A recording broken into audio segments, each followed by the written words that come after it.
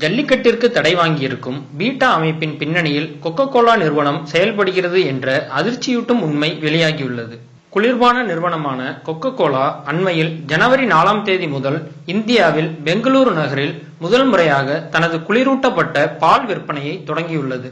200 milli பாலை 25 ரூபாய்க்கு விற்கும் கொக்கோ கோலா நிறுவனம் ரிலையன்ஸ் நிறுவனத்துடன் இணைந்து சென்னையிலும் தனது விற்பனையை தொடங்கியுள்ளது.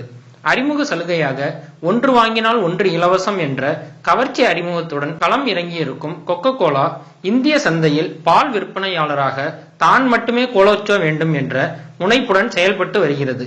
ஆகவே இதற்கு இடையூறாக இருக்கும் நாட்டு மாடுகளை அழிக்க பீட்டா அமைப்பின் பின்னணியிலிருந்து செயல்பட்டு வருகிறது. இதன் காரணமாகவே ஜல்லிக்கட்டு காளைகளை அழிக்கும் நோக்கத்துடன் ஜல்லிக்கட்டை நிரந்தரமாக தடை விதிக்கும் வேலைகளில் பீட்டாவை இறக்கிவிட்டுள்ளது. கொக்கோ கோலா என்ற ஒரு நிறுவனம் பால் விற்பனையை தொடங்கி இருப்பதாலேயே நாட்டு மாடுகள் அழிந்து விடுமா, மற்ற உள்ளூர் பால் விற்பனையாளர்கள் அழிந்து விடுவார்களா என்று கேள்வி எழலாம். ஆம், அழிந்துவிடும். கொக்கோ கோலாவின் சந்தை அரசியல் அப்படி.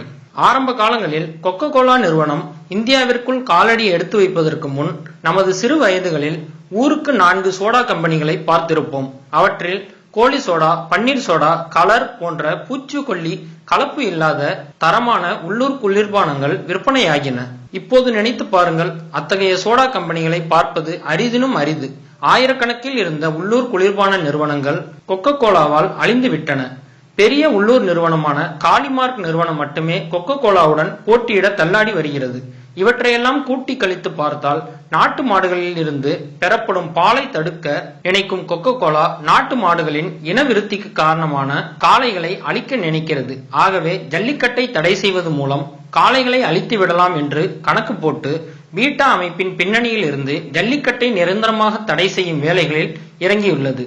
ஆகவே கொக்கோ கோலா நிறுவனங்களின் தயாரிப்புகளை முற்றிலுமாக தவிர்த்து விடுங்கள். குறிப்பாக கொக்கோ கோலாவின் குளிரூட்டப்பட்ட பாலை முற்றிலுமாக புறக்கணியுங்கள்.